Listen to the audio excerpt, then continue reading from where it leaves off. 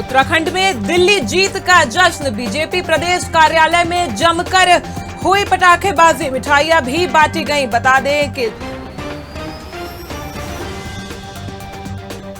देवभूमि में सीएम योगी नितिन को पानी पिलाया, दुलारा भतीजी की शादी की रस्में निभाई, गांव घूमे, बचपन के स्कूल गए। 38वें राष्ट्रीय खेल में धमाल मेडल टैली में सर्विसेज 42 गोल्ड जीतकर नंबर 1, उत्तराखंड छठे पायदान पर आया। पूर्व सीएम निशंक की बेटी से करोड़ों की ठगी, आरुषि निशंक को फिल्म में रोल दिलाने के नाम पर 4 करोड़ ठगी मुकदमा दर्ज।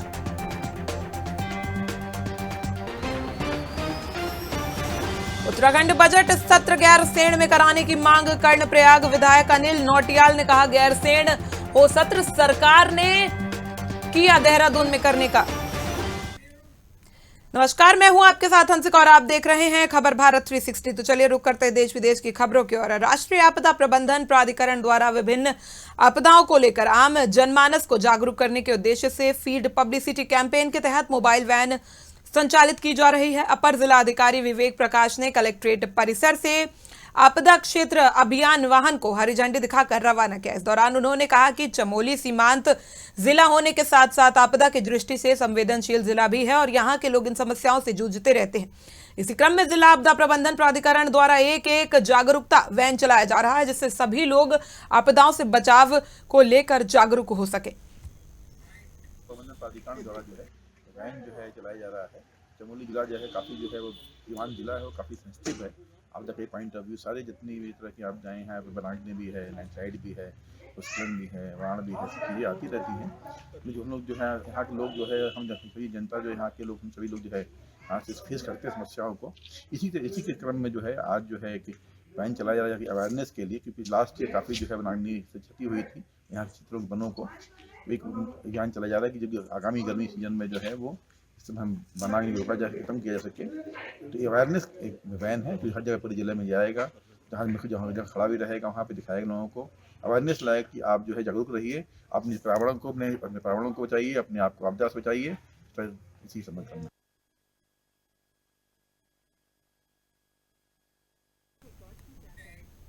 विधानसभा के 18 फरवरी से प्रारंभ होने वाले बजट सत्र में सरकार 20 फरवरी को वर्ष 2025-26 का बजट प्रस्तुत करेगी। बजट का आकार 1 लाख करोड़ रुपए से अधिक रहने की संभावना है। विधानसभा सचिवालय ने बजट सत्र की अधिसूचना जारी कर दी है। सभी विधायकों को पत्र भेजकर इसको सूचना देने के साथ ही सत्र के लिए प्रस्तावित अंतरिम कार्यक्रम की जानकारी भी दी गई है। इसके मुताबिक सत्र के पहले दिन 18 फरवरी को राज्यपाल का अभिभाषण होगा। 19 फरवरी को विभिन्न अध्यादेश सदन के पटल पर रखने के साथ ही राज्यपाल के अभिभाषण पर धन्यवाद प्रस्ताव चर्चा होगी। 20 फरवरी को राज्यपाल के अभिभाषण पर धन्यवाद प्रस्ताव का पारण होगा। साथ ही वित्तीय वर्ष 2025-26 के बजट प्रस्तुत किया जाएगा। 21 फरवरी को बजट पर चर्चा और विभागवार अनुदान की मांगों का प्रस्तुतिकरण होगा। 22 और 23 फरवरी को अवकाश रहेगा। 24 फरवरी को बजट पारित किया जाएगा। वहीं इस मुद्दे पर बात करते हुए कैबिनेट मंत्री खरे ने कहा, हमारी सरकार का बजट मातृशक्ति, युवा, वरिष्ठ जनों, किसान वर्गों के लिए समर्पित होगा। हर वर्ग को छूता हुआ बजट इस बार हम भी देखेंगे।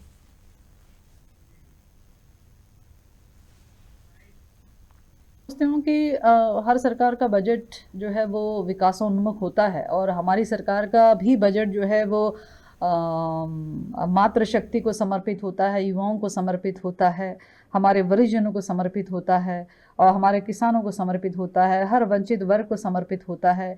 अर्थव्यवस्था किस प्रकार से मजबूत हो उसको लेकर बजट में व्यवस्था होती है और हमारे गरीबों का किस प्रकार से उनके लिए कल्याणकारी योजनाओं के लिए किस प्रकार का आर्थिक प्रबंधन हो उसकी व्यवस्था होती है। तो बजट पूरी तरीके से हर वर्ग को छूता हुआ समावेशी बजट आप हम सब लोग देखेंगे और निश्चित रूप से ये बजट जो है सरकार के 2025-26 का जो हमारा मैनिफेस्टो है उसको रिफ्लेक्ट करता हुआ ये बजट आप हम सब देखेंगे और मैं समझती हूँ कि ऐतिहासिक बजट होगा। हम एक दौर यूसीसी के उससे भी एक ऐतिहासिक निर्णय के साथ में हम लोग गुजरे हैं, तो आने वाले समय में मैं समझती हूँ कि और भी हिस्टोरिकल निर्णय जो है अपने बजट सेशन में हम देखेंगे। जिस तरह से प्रदेश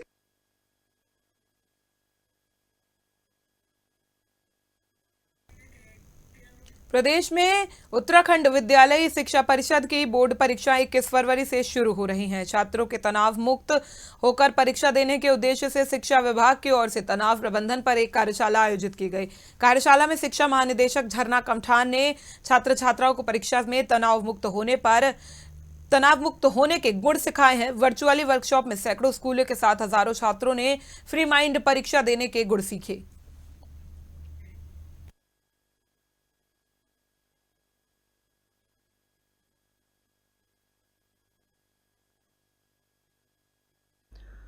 देखिए, हमारे यहाँ जैसे कि बोर्ड एग्ज़ाम्स की डेट निर्धारित हो गई है और जो हमारे गवर्नमेंट स्कूल्स हैं वहाँ पे 21 फरवरी से लेके 11 मार्च तक जो हैं बोर्ड एग्ज़ाम्स जो हैं चलेंगे। तो इसको लेकर के हमने जो हमारे बोर्ड स्टूडेंट्स हैं बोर्ड क्लासेस के, उनके साथ में एक वर्कशॉप प्रारंभ करी है स्ट्रेस मैनेजमेंट पे। तो कल उसका इनॉग्रेशन हुआ था, तो उसमें लगभग 200 से अधिक विद्यालय जो हैं वर्चुअली कनेक्ट हुए थे और हमने जो छात्रों से चर्चा भी करी है, उनको काफ़ी टिप्स भी दिए हैं। कुछ इसमें हमारे साथ एनजीओज़ भी वर्क कर रहे हैं, उनके विशेषज्ञ भी आए थे और हमने 1 to 1 जो है स्कूल्स के साथ बात भी करी है। कई बच्चों के प्रश्न थे, उनके समाधान भी किए हैं। और यही नहीं, इसके अलावा जो परीक्षा पे चर्चा कार्यक्रम है जिसमें कि माननीय प्रधानमंत्री जी भी कनेक्ट होते हैं बच्चों से, उसकी तिथि भी आ गई है। वो 10 फरवरी को जो है 11 बजे से होगा। तो उसमें भी हमने निर्देश जारी कर दिए हैं पूरे स्टेट के सभी स्कूल्स के लिए कि वो उसमें कक्षा 6 से लेकर 12वीं तक पढ़ने वाले बच्चे उसमें कनेक्ट होंगे और सभी स्कूल्स जो हैं वर्चुअली उस प्रोग्राम में कनेक्ट होंगे। इस बारे में निर्देश दे दिए गए हैं। साथ में CBSE के स्कूल्स को, ICSE के स्कूल्स को भी निर्देश जारी कर दिए हैं।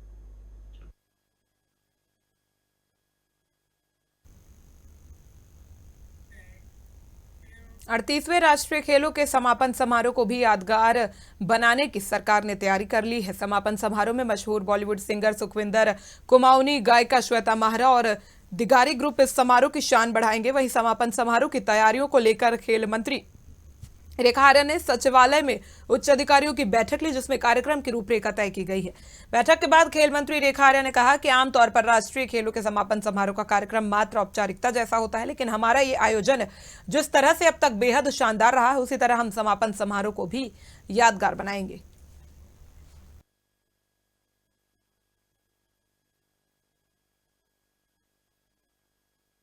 देखिए, आज अब तक के हमारे राष्ट्रीय खेलों में शुभारंभ से लेकर और अभी तक के सफरनामे में जो व्यवस्थाएं चल रही हैं उसकी समीक्षा की गई है। इसके साथ साथ में आने वाले समय में यानी कि 14 फरवरी को जब समापन होगा तो समापन की तैयारी बैठक भी की है। और समापन जो है सामान्यतः अभी तक हम लोग जैसे देखते आ रहे हैं वह औपचारिकता भर समापन होता रहा है, लेकिन माननीय मुख्यमंत्री जी के निर्देश हैं कि यह समापन जो है औपचारिकता भर नहीं होना चाहिए। अभी तो यह समापन जो है वो बिल्कुल दिव्य और भव्य होना चाहिए और जिस प्रकार से हमारा शुभारंभ हुआ है उसी प्रकार से उसी आगाज के साथ समापन भी हो, तो उसके निर्देश माननीय मुख्यमंत्री जी की तरफ से प्राप्त हुए हैं। तो हम लोगों ने उसी की तैयारी बैठक की है और मैं समझती हूँ कि इस बैठक को हमारे जितने आगंतुक हैं, जो संख्या वहां पर है, जितनी संख्या हमारी देहरादून की थी, 25,000 से अधिक संख्या यहाँ पर हमारे दर्शक गणों की थी। ठीक इसी प्रकार से अपने गोलापार हल्द्वानी में भी ये संख्या जो है पूरे स्टेडियम की लगभग 15 से 20,000 के आसपास की संख्या आने की पूरी संभावना है। तो उस परिप्रेक्ष्य में भी अधिकारियों को निर्देशित किया है कि हम संख्या का और मैनेजमेंट का ठीक प्रकार से ध्यान रखें ताकि किसी प्रकार की अव्यवस्था ना हो। इसके अलावा समापन सेरेमनी में हमारे जो बाहर से आने वाले हमारे जो चाहे वो हम सिंगर बुला रहे हैं, सिंगर में अभी तक जिनसे वार्ता चली है, एक सुखविंदर जी, श्वेता मेहरा जी।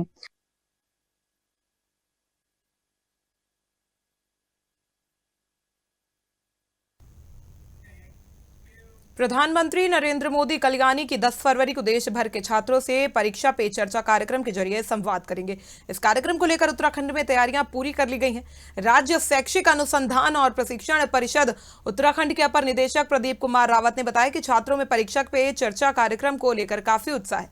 इस कार्यक्रम के जरिए छात्रों के तनाव को कम किए जाने का प्रयास किया जाएगा। उन्होंने बताया कि उत्तराखंड में 3 लाख छात्रों ने इस कार्यक्रम में शामिल होने के लिए पंजीकरण किया है।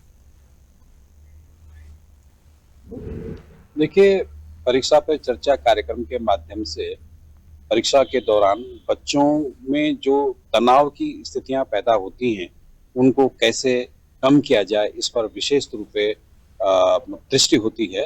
क्योंकि प्रायः देखा गया है कि जब परीक्षाएं होती हैं, विशेष रूप से जब बोर्ड की परीक्षाएं होती हैं, उस समय बच्चे जो है मानसिक तनाव से ग्रस्त होते हैं। तो उससे कैसे बचे और कैसे ध्यानपूर्वक अपना अध्ययन कर पाएं, इस पर विशेष रूप से ध्यान दिया जाता है। बच्चे को तनाव प्रबंधन की एक तरीके से प्रेरणा दी जाती है कि वो अपना तनाव प्रबंधन कर सके। सर, आप उपस्थित रहेंगे? निश्चित रूप से पिछली बार की अपेक्षा इस बार लगभग 3 लाख छात्रों ने रजिस्ट्रेशन किया है और हमारे 2 बच्चे अंतिम रूप से चयनित हुए थे। लड़की हमारी कुमारी बंशिका राजकीय इंटर कॉलेज मूनाकोट से है, पिथौरागढ़ से। तो उस बच्चे का माननीय प्रधानमंत्री जी के साथ चर्चा के लिए चयन हुआ है। तो निश्चित रूप से ये बच्चों के लिए, पर्वतीय क्षेत्र के राजकीय इंटर कॉलेज के बच्चे के लिए बहुत ही गर्वपूर्ण क्षण है। हम सब लोगों के लिए बहुत ही बड़ी बात है कि हमारा बच्चा, इंटर कॉलेज का बच्चा गवर्नमेंट का जो है माननीय प्रधानमंत्री जी के साथ संवाद कर रहा है।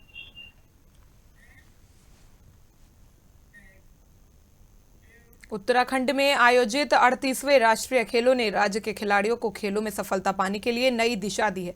आयोजन के दौरान प्रदान की गई स्थापना सुविधाएं भविष्य में खिलाड़ियों के लिए बड़ा अवसर साबित होंगी। सूचना महानिदेशक बंशीधर तिवारी ने इसे उत्तराखंड के खेल और खिलाड़ियों के लिए महत्वपूर्ण उपलब्धि बताया और कहा कि खिलाड़ी बेहतर प्रदर्शन कर रहे हैं। साथ ही उन्होंने इन सुविधाओं के रखरखाव की जिम्मेदारी अधिकारियों को सौंपी हुई है।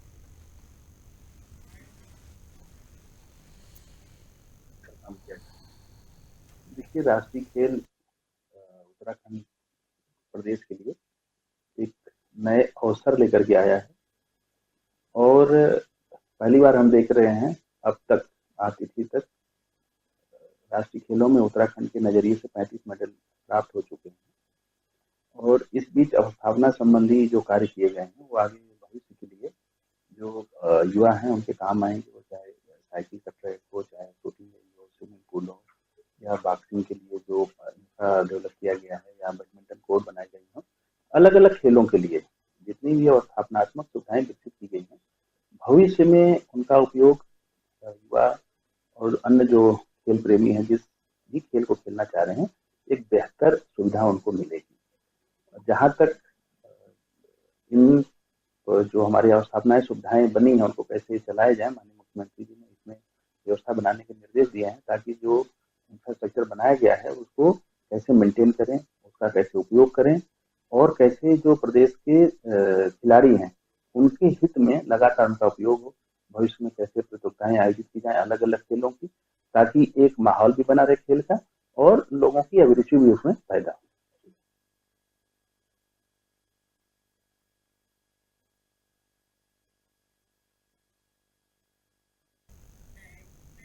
देश की राजधानी दिल्ली में भारतीय जनता पार्टी की प्रचंड जीत पर दिनेशपुर नगर के भाजपा कार्यकर्ताओं ने सुभाष चौक पर एक दूसरे को मिठाई खिलाकर आतिशबाजी कर जश्न मनाया। इस अवसर पर भाजपा जिलाध्यक्ष काशीपुर गुंजन सुखीजा ने दिल्ली की जनता को बधाई देते हुए कहा कि दिल्ली की जनता ने प्रधानमंत्री नरेंद्र मोदी की गारंटी पर पूर्ण विश्वास जताते हुए आम आदमी पार्टी को सत्ता से बाहर का रास्ता दिखा दिया है। वहीं नगर पंचायत अध्यक्ष पति काबल सिंह विर्क ने कहा कि आम आदमी पार्टी के भ्रष्टाचार का सच सामने आने के बाद दिल्ली की जनता ने लोकतांत्रिक तरीके से जवाब देते हुए भाजपा को ऐतिहासिक जीत दिलाई है।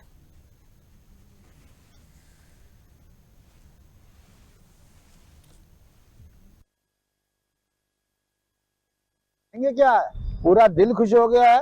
केजरीवाल जी ने भ्रष्टाचार इतना मजा, जेल में खुद रहे मुख्यमंत्री, पहला इतिहास है हिंदुस्तान में एक मुख्यमंत्री जेल में रहे हैं। सिसोदिया जो उप मुख्यमंत्री हो जेल में रहे हैं। आज तो इतना दिल खुश है कि 27 साल बाद हमारी भारतीय जनता पार्टी की सरकार दिल्ली में बन रही है। इससे बड़ी खुशी देखो, हमारे भाइयों को इतनी खुशी चल रही है, लड्डू बढ़ रहे हैं, पटाखे चल रहे हैं, बल्ले बल्ले है। अभी तो देखते रहो क्या क्या होता है। अभी तो होने वाला कोई 2 सालों में और यहाँ कुछ नया होगा। सबसे पहले मैं दिल्ली के वासियों को, दिल्ली की जनता को बहुत बहुत बधाई, बहुत बहुत शुभकामनाएं देता हूं। और दिल्ली की जीत ये हमारे देश के यशस्वी प्रधानमंत्री नरेंद्र मोदी जी की जीत है। ये नरेंद्र मोदी जी की गारंटी की जीत है, क्योंकि मोदी जी जो कहते हैं वो करते हैं। और हमने कहा कि सबका साथ, सबका विकास, सबका विश्वास और सबका प्रयास, हम उसको लेके आगे बढ़ते हैं और दिल्ली की जीत का ये संदेश पूरे देश में जाने वाला है। ये 27 साल का गैर भाजपाई सरकारों ने जिस प्रकार से दिल्ली में भ्रष्टाचार की सारी सीमाएं लांघी, जिसमें एक कांग्रेस पार्टी जिसका इस विधानसभा चुनाव में खाता भी नहीं खुला, और दूसरी आपदा पार्टी यानी आम आदमी पार्टी, उस आम आदमी पार्टी ने वहां पर झूठ और फरेब की राजनीति करने का काम किया।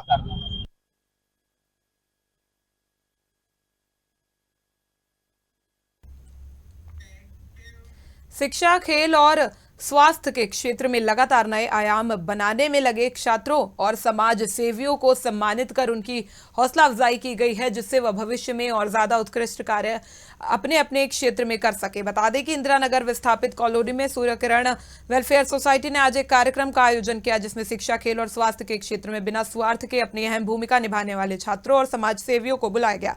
कार्यक्रम का शुभारंभ सोसाइटी के अध्यक्ष DBPS रावत, पूर्व प्रधानाचार्य राजेंद्र प्रसाद पांडे और क्षेत्रीय पार्षद राजेंद्र प्रेम सिंह बिष्ट ने किया। मौके पर सबसे पहले 22 होनहार छात्रों की हौसला अफजाई के लिए पुरस्कार के रूप में एक निश्चित धनराशि का चेक और पाठ्य सामग्री दी गई।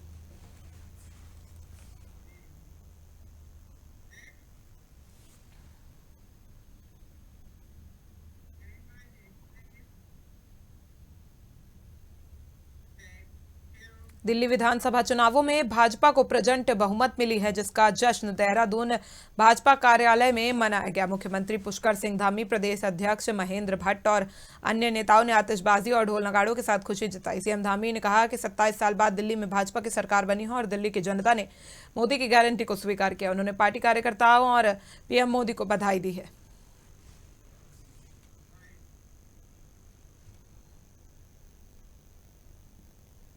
देखिए, आदरणीय प्रधानमंत्री जी का हमेशा से नवाचार पर और हमारे जो नवोदित उदयमान देश के भविष्य हैं, उनको हमेशा एक अच्छा मार्गदर्शन उनको मिले, उनकी सोच अच्छी हो, वो अच्छी दिशा में जाएं और अपने हर प्रकार से अपने व्यक्तित्व का भी विकास करें, अपने शारीरिक विकास की ओर भी ध्यान दें और अपनी परीक्षाओं की तैयारियां, क्योंकि परीक्षाओं के समय में अधिकतर बच्चे हमारे तनाव में आ जाते हैं, अनेक प्रकार की जो टेंशन होती है उनको घेर लेती है, और ये जो परीक्षा पे चर्चा आदरणीय प्रधानमंत्री जी ने शुरू किया है, इसके कारण से बच्चों में एक आत्मविश्वास बढ़ा है और परीक्षाओं को आसानी से वो लोग पहले से तैयारी कर लेते हैं, और जिसके कारण से उनका तनाव भी दूर होता है और आगे बढ़ने की प्रेरणा भी मिलती है।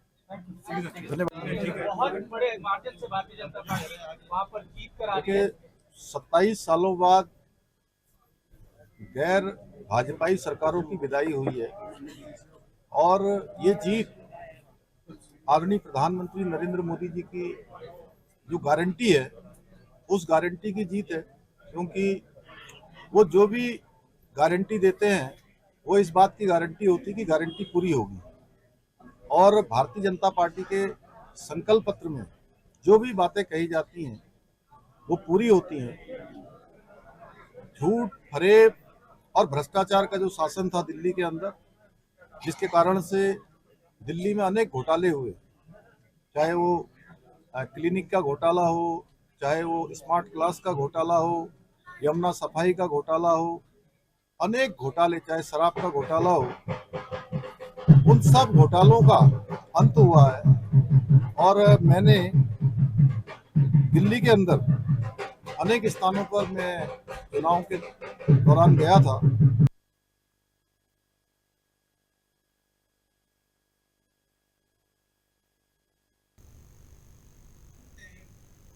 डोईवाला थाना क्षेत्र के जॉली ग्रांट में एक युवती की संदिग्ध मौत का मामला सामने आया है।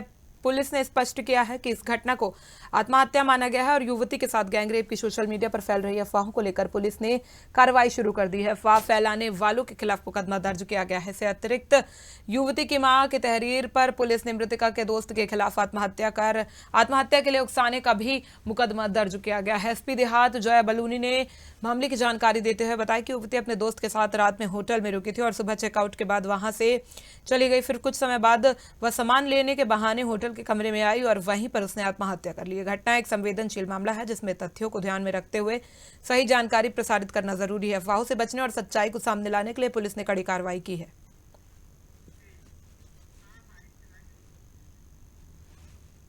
कल का घटनाक्रम है 7 तारीख को हमारे पास सूचना प्राप्त हुई थी लगभग 11 बजे कि एक युवती है जिसके द्वारा आत्महत्या की गई है। इस सूचना पर जब चौकी पुलिस और थाने की पुलिस वहां पर गई थी तो फिर दरवाज़ा तोड़कर वहां पर देखा था तो जो युवती का शव था वो लटका हुआ था और उसको उतारा गया। उसके बाद फिर जानकारी की गई, फुटेज वगैरह देखी गई तो पता चला कि एक लड़का है प्रशांत जिसके साथ वो यहाँ पर एक दिन पहले आकर रुकी थी। और उसके बाद जब फुटेज देखी गई तो ये पता चला कि वो लड़की बाहर गई थी। कल सुबह लगभग 8:10 पर वो वापस आती हुई दिखी, लड़के के साथ बाहर गई। उसके बाद फिर उसने ये कहा कि मेरा कुछ सामान छूटा है, फिर वो वापस आई। वापस आने के बाद वो 8:10 पर अंदर आती हुई दिख रही है और फिर वो होटल के कमरे में गई। उसके बाद बहुत देर तक जब वहाँ पे कोई हलचल नहीं हुई तो होटल कर्मियों ने सूचना दी। पुलिस ने जब वहाँ पर पहुंची तब पता चला कि युवती द्वारा आत्महत्या कर ली गई है। अभी तक यही प्रकाश में आया है कि ये आत्महत्या का मामला है। फिलहाल अभी पोस्टमार्टम होना बाकी है जिसमें पता चल पाएगा कि सच्चाई क्या है। और दूसरी बात ये कि कुछ ऐसी अफवाहें कुछ सोशल मीडिया पे फैलाई जा रही हैं कि युवती के साथ कुछ गलत हुआ है और गैंगरेप जैसी बातें कही जा रही हैं, जबकि ऐसी कोई भी सच्चाई अभी ऐसी कोई भी बात हमारे सामने नहीं आ पाई है। और इसमें जो भी ऐसी अफवाह फैला रहे हैं बिना किसी तथ्य के जानकारी के, ये गलत है। परिजनों से भी बात हुई है और जो वहाँ पे होटल में होटल के मालिक और बाकी जो लोग रुके हुए थे उनसे भी बात हुई है। साथ साथ और भी लोगों से भी पूछताछ जारी है। अभी पूछताछ के लिए उस लड़के को बिठाया हुआ है और उसकी जो माता जी है, माता जी की तरफ से हमारे पास तहरीर आ चुकी है जिन्होंने कि आत्महत्या के लिए उकसाने की अभी हमें तहरीर दी है और उस पर मुकदमा दर्ज करके आगे की कार्रवाई कर रहे हैं। जी, उसके खिलाफ भी हम एक्शन ले रहे हैं क्योंकि इस तरह की भ्रामक खबरें फैलाना किसी भी तरह से उचित नहीं है। परिवारजन भी इसके लिए आहत हैं कि इस तरह की खबरें हमारी बेटी के बारे में फैलाई जा रही हैं और हम इस पे भी कार्रवाई करेंगे। फुटेज में देखा गया उसमें एक लड़की और आते हुए दिख रही है और एक लड़का आते हुए दिख रहा है। उनसे भी अभी हम जानकारी कर रहे हैं कि वो लड़का और लड़की कौन थे जो कि उनके साथ फुटेज में आते हुए दिख रहे हैं, उनसे पूछताछ भी की जाएगी। तमाम ताज़ा खबरों में बस इतना ही। बने रहिए हमारे साथ खबर भारत 360 पर।